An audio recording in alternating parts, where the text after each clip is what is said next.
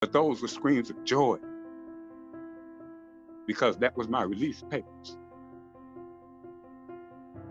And within 48 hours, I was free.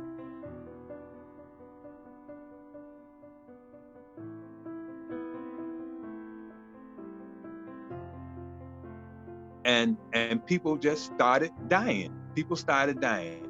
Just knowing that there's someone out here that care, you know, that can really like dictate everything that you do on the inside.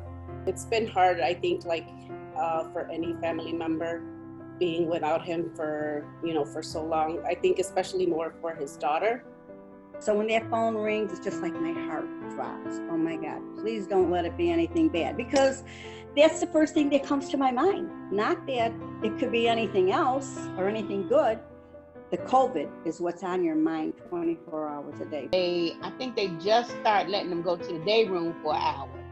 So all that time trapped in those cells is just too hard for them. And with this fear of that COVID going around is really scary. You know, when the phone rings, it's like in the middle of the day, why are you calling me? Is something the matter? Or are you okay? Or I haven't heard from you enough. And one of his cellmates did have COVID-19. And I was so afraid. I was terrified. I was crying. I was calling everybody to pray. Yeah, I would just love to see him more by me not able to touch him. Yeah. But to hear his voice, I'm grateful for that. Living in this, like when someone has a life sentence, it's like a black hole. There's no future. You can never talk about, oh, when you get out of prison, you could do this. And when you get out of prison, maybe you could do that.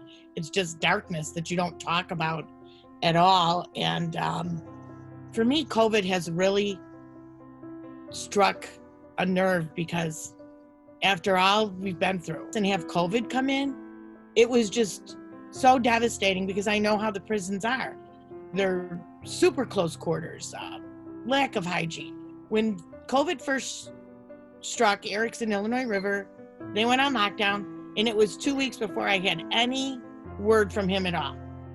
You know, these kids have been put through a lot, and the things that they've seen, I don't even know probably half of it. So, and they've survived. So he's a survivor. He told me he was going to preach. Yeah. And he wanted his family, and he wanted to take care of his mom. And that's what I'm looking forward to, him coming home and making a life for himself. You know, and that's what we'd like to do, is take this mother-son show on the road. He wants to come out, settle down, form a family,